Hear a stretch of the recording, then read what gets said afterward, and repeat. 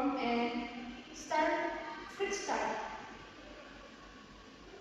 So, why I'm telling you this story? Well, the goal of my presentation is to show you the importance of maintaining health. Okay?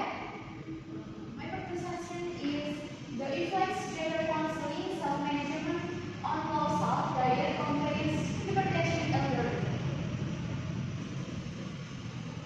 Overview divided into three chapters, and number one, chapter 1 is introduction, chapter 2 review of literature, chapter 3 is research method.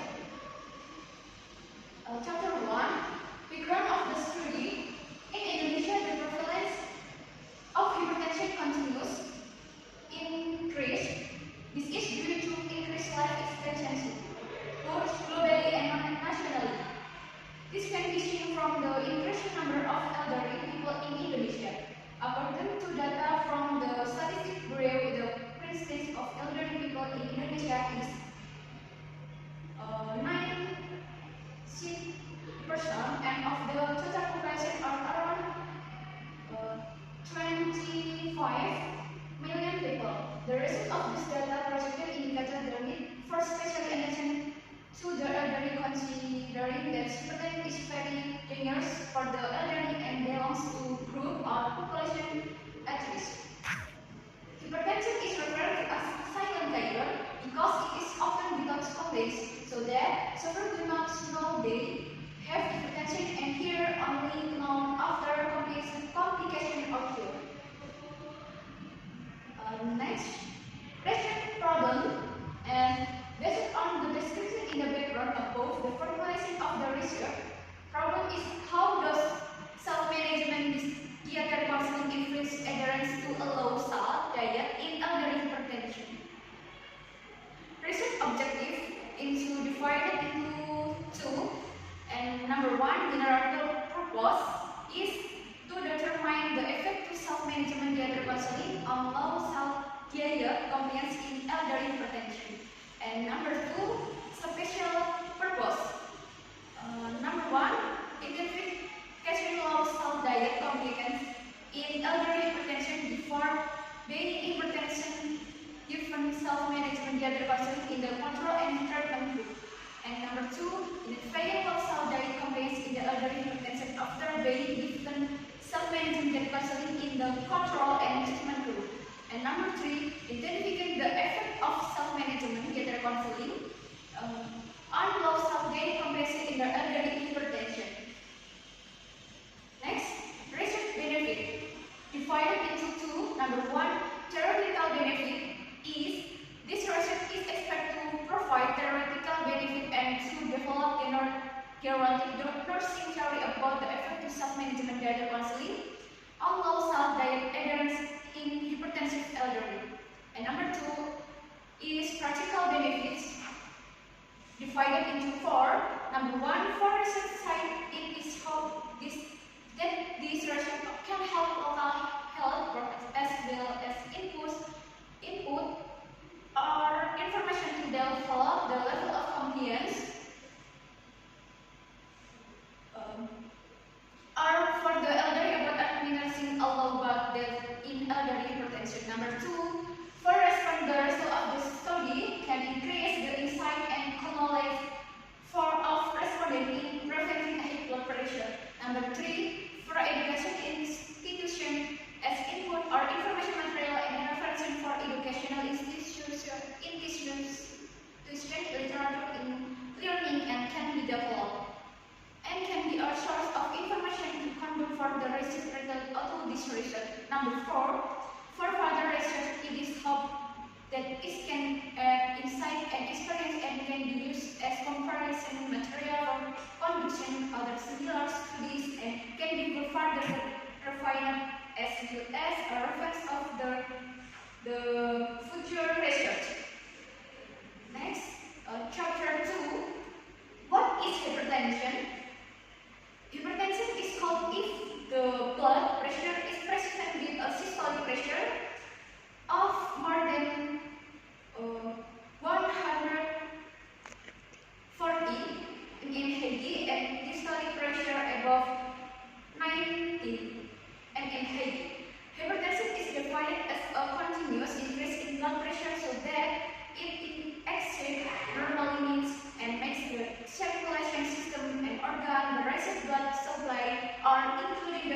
and brain become tense.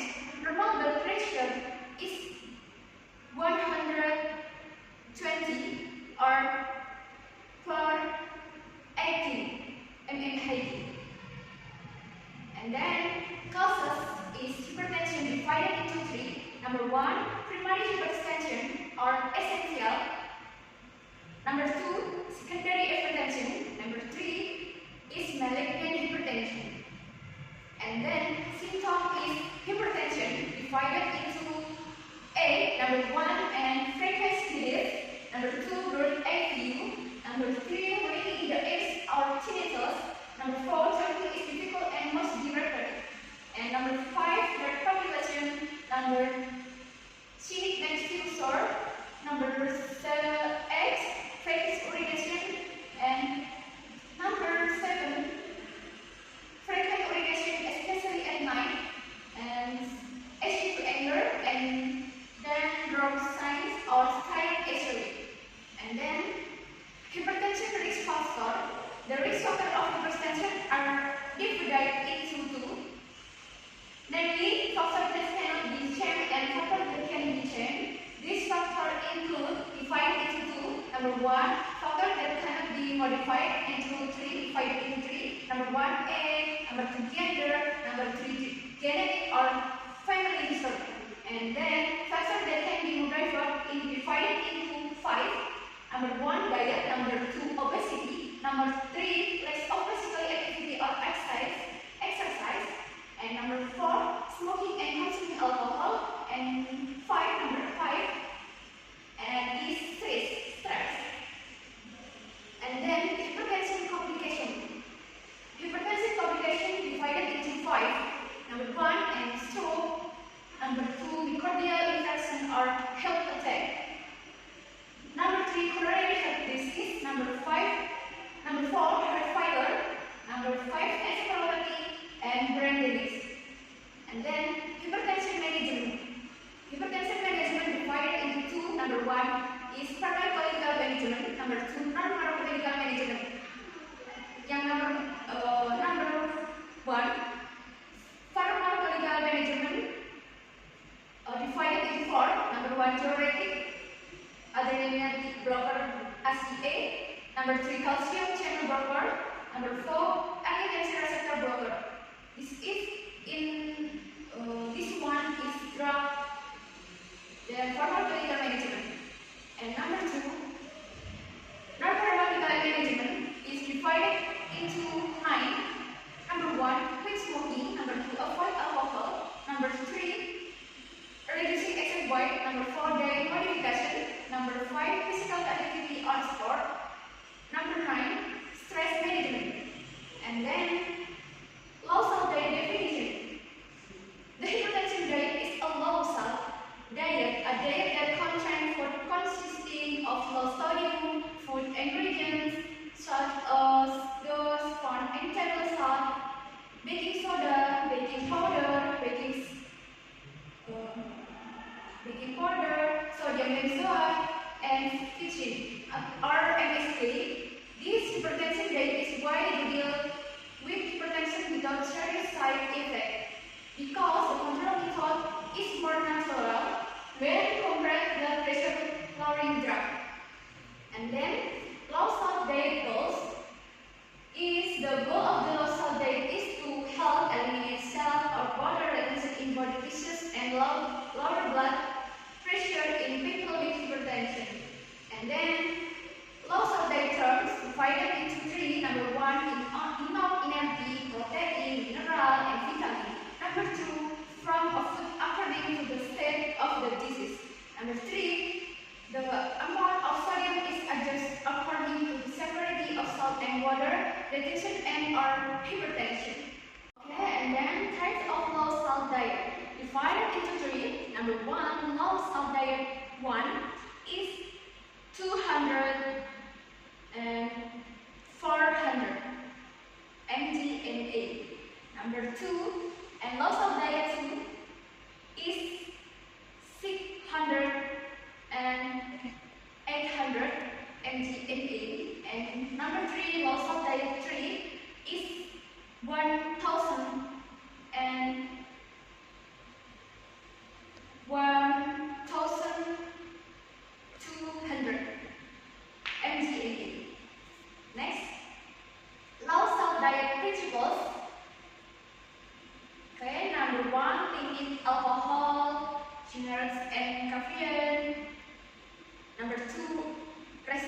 of sodium or Na. Number 3, fat. Number 4, high magnesium, calcium, and potassium. And 5, high antioxidant. And number 6, high fiber. And then self-management dietary counseling divided into 2. And number 1, definition of self-management dietary counseling. Yes, self-management dietary counseling, or SMDC, is a process with the aim of increasing self-care in diet management. The nutrition counseling provided is a process in which there are systemic and data collection, verification and interpretation, protection and activities and effort to identify nutrition problem and their causes. And then the purpose of self-management dietary counseling is providing counseling increase knowledge, attitude, and action or abilities of individuals or families regarding nutrition management. After counseling, individuals and families are able to take steps to overcome their nutritional problems, including changing eating pattern and solving nutrition-related problems for healthy living. Helps giving SMDC provide a better quality of the chain. And then compliance is hypertension. Compliance is the level of pattern behavior that is directed forward interaction between any form of therapy that is a persevered, whether for diet, exercise, medication, or keeping appointment with a doctor. Compliance is a change in behavior from behavior that does not obey the rules to behavior that obeys the rules. And then factor affecting compliance divided into 4. Number 1, education. Number 2, knowledge of the education provided or knowledge. Number 3, attitude or response to the educational material provided or attitude. Number 4, behavior or action in relation to the educational material provided. And then chapter 3, research design. This is type research is quasi-experiment or quasi-experiment with a pre-experiment on proof, pretest, protest, design approach. Access were taken before and after the self-management dietary counseling intervention. And then ratio variable divided into 2, and is independent variable and dependent variable. Independent variable is the independent variable in the study is self-management dietary counseling, and dependent variable is dependent variable in this study was adherence to a low-salt diet. And then population is hypertension. The population in the study were all 100 hypertension elderly people in the village question brontosinol. And then the sample is 35 people, namely elderly with moderate hypertension with systolic 160 and 179, and in heavy and diastolic pressure 100 and 109, and in heavy. And then sampling is proposed sampling method.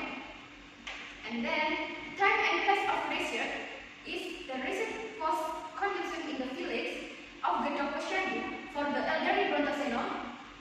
The time of the research was carried out on 29 December 2022 and 6 January 2023. And then research instrument is questionnaire. And then data analysis.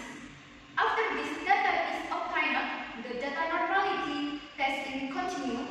The data is already distributed, so the statistical test use the t-test with a significance level of A with the SPSS program. And then research ethic. Research ethic divided into 5. This one, Number 2, anonymity or no name. Number 3, confidentially. Number 4, autonomy or freedom. And number 5 is beneficent or risk. And then, okay, as you can see the question told you about a decrease in platelets, so that the patient looks weak and pale.